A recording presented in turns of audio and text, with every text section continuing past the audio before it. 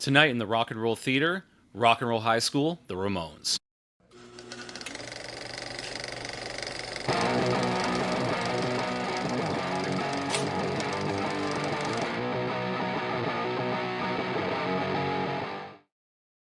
Welcome, everybody, to the Rock and Roll Theater Podcast. I'm your host, John, along with my brother, Mark. Today, we're going to tackle the classic 1979 slash maybe 1980 movie, Rock and Roll High School, which features the Ramones. That's right, released in 1979 despite being based in 1980.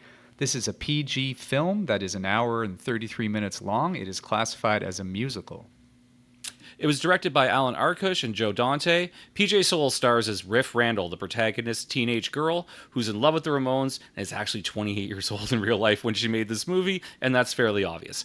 It was filmed at Mount Carmel High School, which we'll get into later on. The budget was $300,000. I could not find a reputable source as to how much money the movie actually made. One source said it lost money. That's it. The other one said it made $21 million, which I highly doubt. That doesn't surprise me at all, John, that you can't find a reputable source for that kind of information. Also, Alan Arkush had this idea for this movie for several years before the Ramones said yes. Apparently, Todd Rundgren was also tagged for this, as well as Cheap Trick, Devo, and even Van Halen.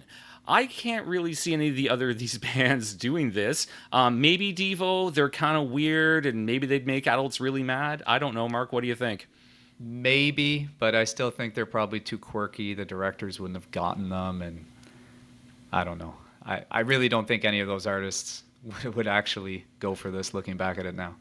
I don't think Todd Rundgren would be a good choice at all to be making parents mad. As well as this movie, the Ramones were paid $25,000 for it.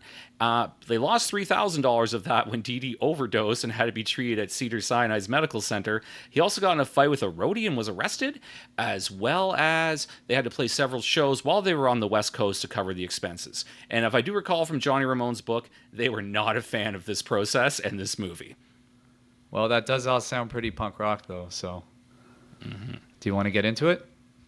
Let's get into it. Before we go any further into the movie, spoilers ahead. If you haven't seen Rock and Roll High School or haven't seen it in a long time, hit pause. We'll be here. Come back to us and we'll discuss the whole movie with you. Also, wherever in the world you're listening to this, on whatever podcast app or streaming platform thingy that you're into, please like, please comment, please rate, subscribe, whatever the case may be. We're a small independent podcast and we want to keep the theater full for every showing. All right, so let's get into Rock and Roll High School, Mark. All right, so the first scene that I think is worth talking about is essentially the first scene of the movie. This is where the main character, Riff Randall, played by PJ Soles, hijacks the PA system of the school to blast "Sheena is a Punk Rocker" by the Ramones. This is the opening scene of the film. So, you don't see this every day in film. If you're a teenager watching this like I was a long time ago and you either liked the Ramones or you were into the history of punk, this was a pretty rare sight. So that was basically my purpose for watching this movie, was to make sure I saw all things punk history related at that time. Other things that we see in this scene, we see the introduction of main characters. There's a few others like Kate Rambeau, the science geek, Tom, the high school quarterback. It's set in 1980, as I mentioned earlier, even though it was released in 1979, so that's a little bit weird. We see that a lot in this opening scene. Everyone's wearing a button of the year they're supposed to graduate in. I hear it's raining cats and dogs in Idaho. Which is Tom's failed pickup line he uses several times to try to impress the girls. It's very, very bad, but it's almost, compared to some of the other humor that we'll hopefully not get into in this podcast, it's not really the worst line in the film by far. No, actually, that's quite true. And much like you, I mean, I watched this as a teenager too as well, a little bit older than you. But it was, yet again, all things punk. I love the Ramones. The Ramones were in this movie. Of course I was going to see it. But I mean, right from the start, you can tell the formula they're using for this movie. If you've seen Porky's or Revenge of the Nerds or any movie where there's an authoritarian figure trying to keep the kids down and the kids are rebelling, this is the exact plot line of this movie. And we'll get into all of that in a second here. And of course, we see Togar right from the very start, who is the new headmaster principal. I think they changed the term several times throughout the movie. And her henchman, and she does not like rock and roll, and especially does not like the Ramones. Yeah, she definitely represents authority. She's definitely a character that you're going to dislike. Same with the hall monitors. I would also classify them as characters that you're probably going to dislike. They play those roles well for what they are, but most of the time it's pretty bad, I would say. Pretty bad acting, pretty bad film in general. Agreed. Whenever the hall monitors are on the screen, you're just tempted to fast forward right through this nonsense and get back to whatever activities and shenanigans Riffs is up to. So they start in the music class. They shoot a paper plane. It goes flying through the school. The hall monitors are chasing it or something, and it lands in the gym where we get our first real kind of musical scene of the movie, where Riff Randall is leading the exercise class to her own stylized version of Rock and Roll High School because she is a songwriter. Yeah, this is pretty cringe. I don't think this demographic would ever seek to write a song in the vein of the Ramones or any punk artist from the late 70s or early 80s. This is just totally forced, and I mean, it's kind of funny, but I wouldn't say it's good.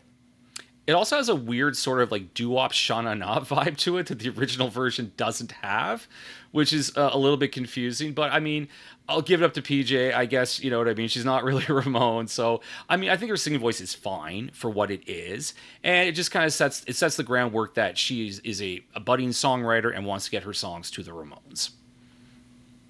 Fair enough. I'll take that. So moving on a little bit. One of the scenes that I actually think was well done for this movie and was actually funny and still holds up today is when Principal Togar decides to call in the music teacher and the gym teacher into the science lab to perform her white mouse experiment. So she explains to them how white mice are very sensitive to rock music, and she's going to show them what happens when she takes this white mouse and puts it into the experiment area, and she turns up a device called the rockometer. Now, she tells the gym teacher and the science teacher to put headphones on, which they do, and she begins to crank up the dial on the rockometer, blasting the Ramones, Teenage Lobotomy. So we see on the rockometer, it goes up and up and up, green flashing lights, for other artists like, I don't know, I think The Who is one of them. Anyway, at the top, it's the Ramones. It reaches the top, boom, the white mouse explodes. What did you think when you saw that, John? Well, first of all, I was going to mention the rockometer, is that the Ramones outrank Led Zeppelin, The Who, The Stones, and Jethro Tull, which, hey, in my opinion, they do. I hadn't remembered this from when I first saw it. It's kind of, it does pay off later on, which we'll discuss. But yeah, it seemed like, okay, so she's running a torture lab for animals along with being, the new headmaster at the school. When did she find the time to set this up? I mean, apparently in the first scene, she just gotten there. But I guess she was, I don't know, maybe in touch with the hall monitors before, and they set up this animal cruelty testing lab. Maybe she has a degree in science. It's never quite explained, Mark. We don't know. But the white mouse does actually live on. We'll see later on what happens then. Okay, so the next scene in the movie that I think is worth talking about is when Riff Randall, the main character, waits 3 days to get tickets to the Ramones, actually goes to the venue, sleeps in front of the venue, brings a lawn chair in front of the venue, stays there all day. She's reading the Gabba Gabba Gazette. She brought food, whatever. She's there for 3 days. That is absolutely unheard of, especially in today's world when you're thinking about, buying tickets online, et cetera, that someone would actually go to a venue and wait multiple days. Kids today do not understand the pain of trying to get concert tickets before the internet existed, or you had StubHub and whatever on your phone very easily. Riff also had milk and laundry done while she was there. There was a lot going on. So, but hey, she was going to be first in line for the Ramones. And guess what? Guess who also stopped by the ticket signing? None other than the Ramones. Right. So when everybody's waiting in line and, they try and put some different characters throughout the lineup to, I guess, be funny. Some of it works, some of it definitely doesn't. Okay. And the Ramones come in a nice pink convertible Cadillac, and they're playing the song, I Want to Have Something to Do. And true to the lyrics of the song, Joey is eating chicken. He is sitting on the back eating chicken. Not sure where he got it, but Joey's eating chicken. And this is the first of, they hop out and start playing on the street. And this is the first of several, poor Marky Ramone. He's pretending to play the drums, just basically in the middle of the air, maybe hitting the sticks together. All the instruments are clearly unplugged. But they're walking up the street, all the Ramones fans are waiting in line. They're excited. And Riff's at the front of the line, but she has a little bit of competition, does she not? Definitely. So there's a Ramones multi-city groupie who follows them around, I guess. Angel Dust. Good punk name. So they proceed to sort of elbow each other out of the way at the ticket counter, arguing over who's going to get the first tickets. Does it really matter as long as you get tickets, whether or not they were the first ones? I mean, as we will see, it's a general admission club. So having the first ticket or the last ticket, push yourself up to the front, and hey, guess what? There are the Ramones. So eventually she does get the tickets. Then some, problems ensue, and she has them taken away by Principal Togar. Could you imagine a scenario where a principal of a high school could take away someone's personal property that they bought, for themselves with their own money? Well, in Togar's defense, Mark, Riff did have Kate give many excuses to her about why she was absent from class. I think every family member she ever had died, maybe even a goldfish or a dog. I don't remember exactly, but that was another subplot going on here at the time, that she was having to take all these days off school in order to procure the tickets to the Ramones. So Riff sadly loses her tickets to the Ramones. Sounds like you might be Principal Togar sympathizer, maybe, John. Perhaps I am. So Riff is relaxing in her bedroom, convalescing, miserable about missing the Ramones, smoking a joint. And then it's kind of sort of a dream sequence she goes into, and the song I Want You Around, an acoustic version of the Ramones song, starts up. And hey, guess what? Two of the Ramones are now in your bedroom. Yeah, this is a very, very, very weird scene. I guess it's supposed to be kind of a dream sequence. It's never quite made clear exactly. She's supposed to be dreaming, I guess. I think so. Oh my God, my dreams are coming true. The Ramones are in my room. Mm-hmm. It doesn't look that way though when you're watching it. It looks kind of creepy and really odd, and yes, everybody looks so uncomfortable in this scene. Well, one person did not actually look uncomfortable. So yes, you have Johnny and Joey in the room. At some point, Johnny magically gets an electric guitar instead of acoustic. Poor old Marky is out outside on the lawn, also pretending to play drums again. They all make their way to the bathroom with Riff Randall in a towel. And she opens the shower curtain to a very intoxicated Dee Ramone, who looks to be having the time of his life and seems very happy to be there. And I guess it's a precursor to a music video, because there was not many music videos back in the late 70s, early 80s. So maybe that's kind of where that idea thinking was from. Maybe they could cut that and have it play on early video shows. I don't know. But she seemed really not surprised at all that these four men from New York were in her bathroom hanging out while she was in a towel. In fact, she seemed quite excited about it. Yeah, but overall, a very forced scene. Doesn't feel natural. Doesn't come off well when you're watching it as a viewer. No. Not very Ramones or punk-like at all. All right, so moving on, maybe going from a low scene to a high scene, which I think is the actual best scene of the movie, is when, well, I guess I should preface this by saying Riff Randall eventually does get tickets to the concert with her friend Kate Rambeau. They are driving to go see Tom, the quarterback, and they hear on the radio that there's a contest if they can name the album from whatever song is playing by the Ramones. And it's one of the Ramones songs, obviously from Road to Ruin. So they call in, they shout that out, and they win tickets like magic there. Now they're going to the show again. So I would say this scene is definitely the best one from the film. When the Ramones actually play a live concert with live concert footage from the Roxy. One thing we forgot to mention, however, though, is she must now ditch Tom and his friend who's interested in Kate Oh, in order to attend the show. that's not even worth mentioning, really.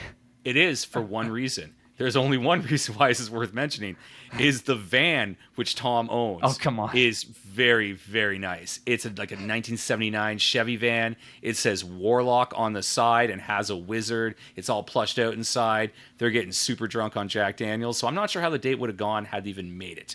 But yes, the Warlock deserves a special mention. The whole subplot's pretty ridiculous, but that was my favorite part of it.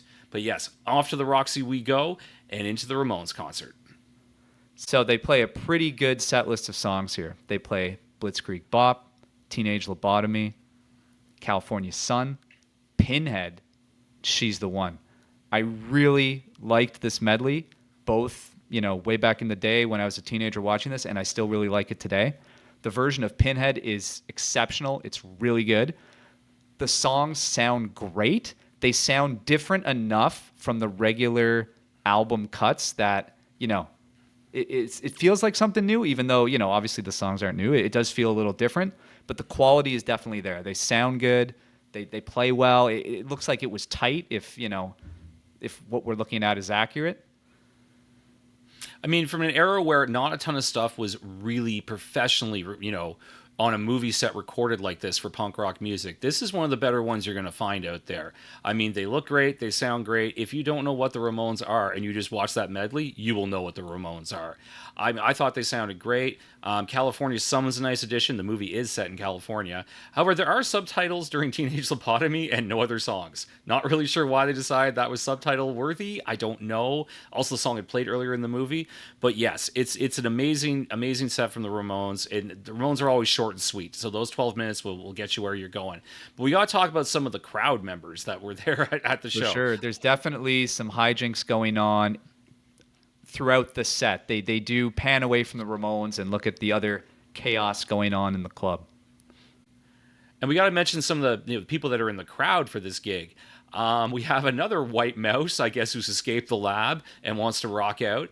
And he ends up actually hooking up with the music teacher, but he has some problems with the bouncer before he gets in the door, right, Mark? Yes, so this is an adult-sized white mouse who I guess also likes the Ramones or is a fan of rock music. So when this white mouse is trying to get into the club, the bouncer actually stops them and says, "Hey, white mice have been blowing up all over the city." So then the white mouse holds up a set of headphones like, "I got headphones." And the bouncer's like, "You got headphones? All right." And There you proceeds go. to put the headphones on, and you do see the white mouse at various points throughout the set rocking out and enjoying the Ramones. Yeah, the white mouse actually appears to get high with the music teacher. There are some nuns in the crowd as well. Of course, Riff and Kate are there. As well as if you're an eagle-eyed viewer, you will spot in the front row Darby Crash from the Germs. Oh, The wow. late, great Darby Crash, yes.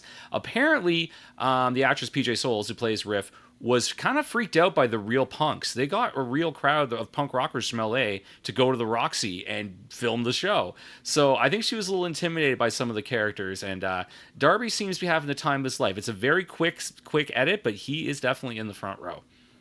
That's cool. There's a couple of other kind of cheesy lines that happen throughout this montage where they're panning away from the crowd and they're looking at some of the hijinks going on. There's two I really like that I want to talk about.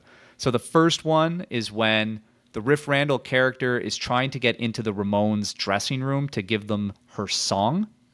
And I think their manager says to her, "This is the big time. This is rock and roll."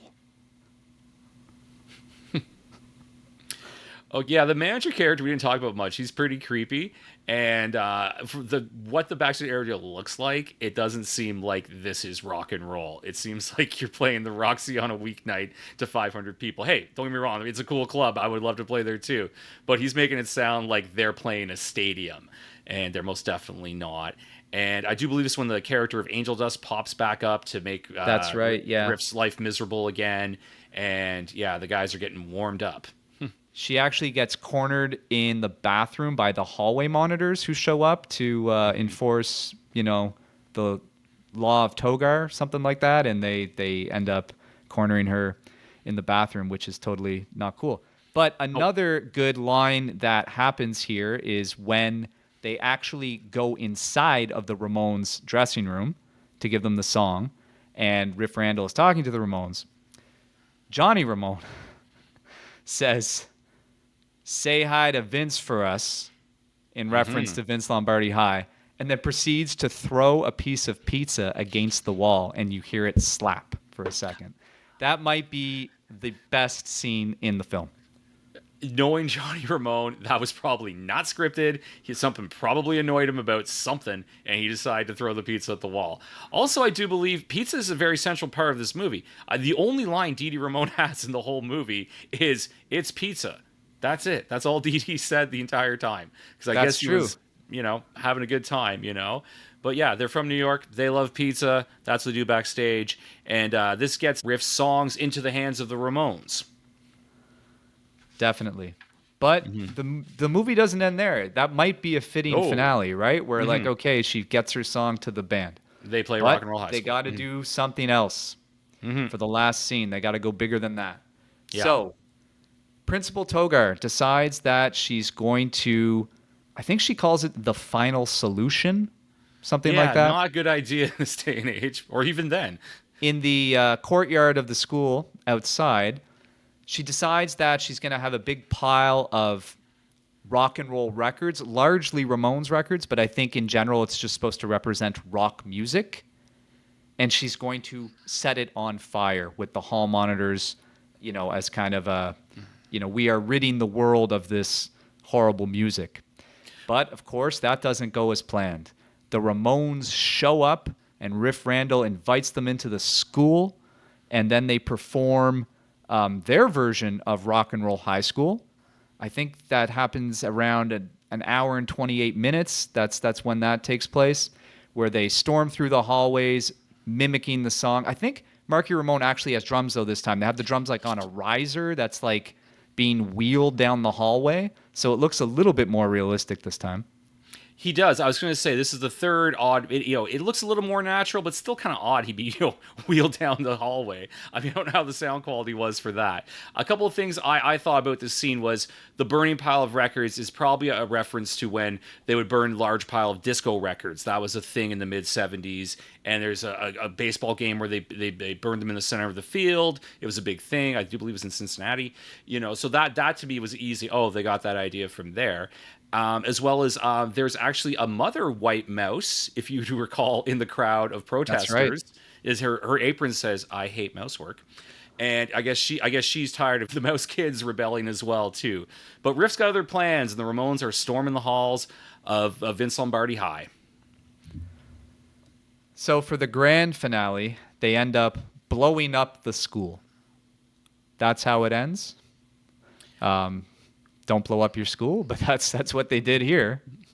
The real high school, Mount Carmel High School, was actually already scheduled to be demolished, so they kind of worked that in, where they had this high school that they already knew was being destroyed, so they were able to work that into the script, into it. I'm not sure how.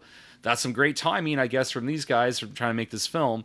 So yeah, so they actually a real high school did blow up in Rock and Roll High School. It was not pretend. Very cool. Do we want to talk about the soundtrack? Yeah, let's talk about the soundtrack here for Rock and Roll High School. So, Rock and Roll High School, music from the original motion picture soundtrack, was released in 1979 on Sire Records. Its style is classified as rock and roll, punk, and soundtrack. So, some of the songs on here, pretty obvious. The first half of the album is very heavy on the Ramones, and the second half is not heavy on the Ramones. So, let's just walk through this soundtrack and see what's going on here. First song, pretty obvious. The Ramones, Rock and Roll High School. I mean, it's a classic by the Ramones. The version was produced by Phil Spector. Very famous, legendary story that the opening chord you hear, he made Johnny play in the studio over 150 times. When Johnny finally lost it and said, "Phil, not doing this anymore," Phil pulled a gun on him, and Johnny said, "What are you going to do, Phil? Shoot me?" Phil did not shoot him. However, later on, Phil Spector definitely went to jail for murder. Awesome story. Phil Spector, not an awesome person. Ach-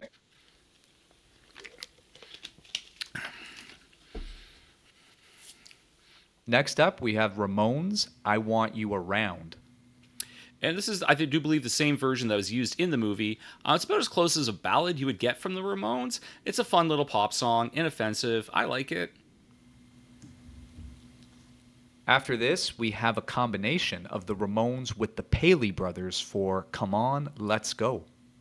Yeah, this is a reinterpretation of the Richie Valens song, and I do believe the Paisley Brothers are the only time a non-Ramone does lead vocals on a Ramones song. The reason I heard is that Joey was sick that day, and they needed to get it done for the soundtrack, and we have it. I think it's a cool version, good take on a classic song. Next up, we have the Ramones medley. I've mentioned that a few times already in this episode. It's presented as one big chunk, but it's Blitzkrieg Bop, Teenage Lobotomy, California Sun, Pinhead, She's the One. This is what you need to hear if you're going to hear anything from the soundtrack. This reappears on reissues of Road to Ruin, so it's by no means rare. You can find it anywhere. I was lucky enough to see the Ramones play 3 times in the early 90s, and I gotta say, this is, pure Ramones. That's what they were known for. Fast songs, fast intros, very little in between the songs. 1, 2, 3, 4, next song. 1, 2, 3, 4, next song. We're almost done the A side of the soundtrack. We got 2 more. Nick Lowe, So It Goes. Can't say much about this one, really. I don't even remember where it was in the movie. Kind of forgettable 70s-ish song. I know when I looked it up on YouTube, it was like his biggest song. So maybe I'm missing out on something, poor Mr. Nick Lowe, but wasn't for me. Closing out the A side, Brian Eno, Energy, Fools the Magician. And I read that the producers, the directors of the movie really liked Brian Eno. And this is the one that's on the soundtrack. But if you listen to a lot of the background music in the movie, that Brian Eno's also used as well. He went on to be a very legendary producer, especially for U2. So yeah, so Brian Eno, before he was that big-time rock star producer, was doing songs on the Ramones movie. The B-side starts with the PJ Souls version of Rock and Roll High School. Like I mentioned before in the podcast, has a weird doo-woppy sha-na-na vibe to it. I mean, it's a fun part of the movie, I guess, so I could see why you would include it. And hopefully, I don't know, she got some royalties from this or whatever, because as far as I know, that is PJ Souls, Riff Randall, actually singing on the song. It's only 2 seconds longer. Sorry, it's only 2 seconds shorter than the original. Okay. Up next, Devo, Come Back, Joni. Also, Devo were pegged to do this movie before the Ramones, so I'm guessing maybe this is a holdover from that era where they had an idea for that song or how it was going to go in the movie and probably had the rights to it. So I think it kind of gives a nod to where the directors' heads were at. If it wasn't going to be the Ramones, it could also be Devo. Eddie and the Hot Rods, Teenage Depression. Oh, a classic, oldie song. It fits with the vibe. It fits with what's going on at Rock and Roll High School. Brownsville Station, Smoking in the Boys' Room. This is from one of the scenes early on in the film when we're being introduced to all of the different hijinks that are taking place at Vince Lombardi High. I believe it's playing when they go into the boys' room to see Eagle Bauer. Yeah, I mean, just like you said, they are most definitely smoking in the boys' room. They're hotboxing in the boys' room. I feel like this song's on a lot of 1970s, 80s soundtracks. Motley Crue remade it later on. I'm sure a lot of people are more familiar with that version. But yeah, yet again, it seems like a staple of that time. And it literally is there smoking in the boys' room. So they play Smoking in the Boys' Room. Chuck Berry, School Days. Also, I mean, fits with the theme. Early days of rock and roll. Chuck Berry, of course. So yeah, it makes perfect sense to be on Rock and Roll High School. Todd Rundgren, A Dream Goes On Forever. Same could be said about Devo there. Todd Rundgren was the first person I do believe that this movie was basically written for, and he dropped out at some point. So yet again, I guess another nod to where this might have gone had the Ramones not been the ones who said yes finally. And closing it out, a very obvious pick here, Alice Cooper, School's Out. Every teen movie ever made, if you're blowing up the school, what plays in the background? School's Out, Alice Cooper.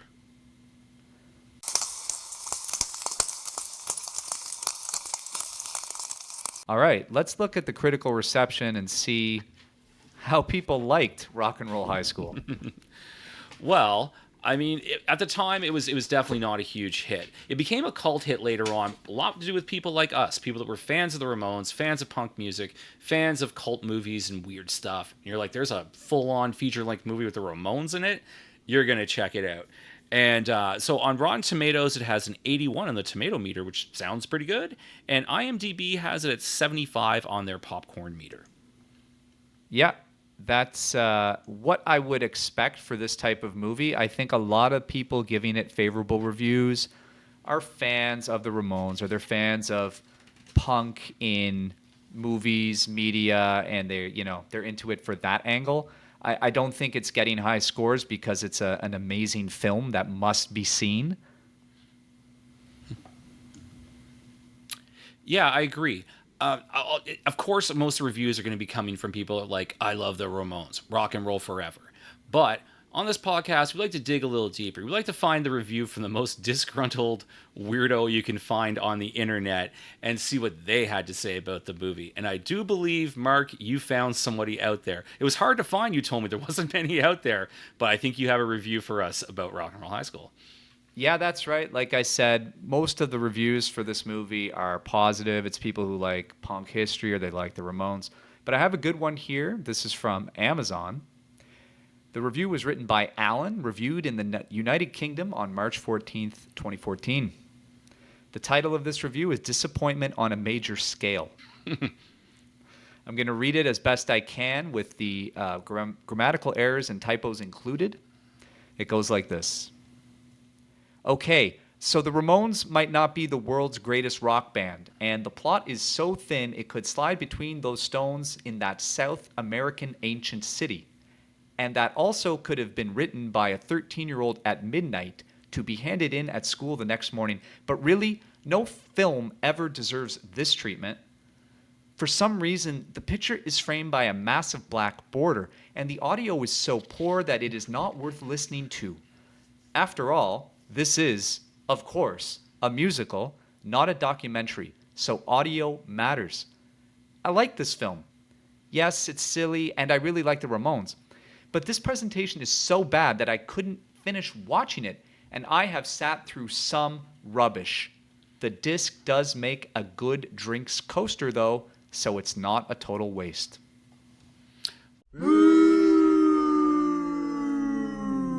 Well, thanks, Alan, for your lovely opinion.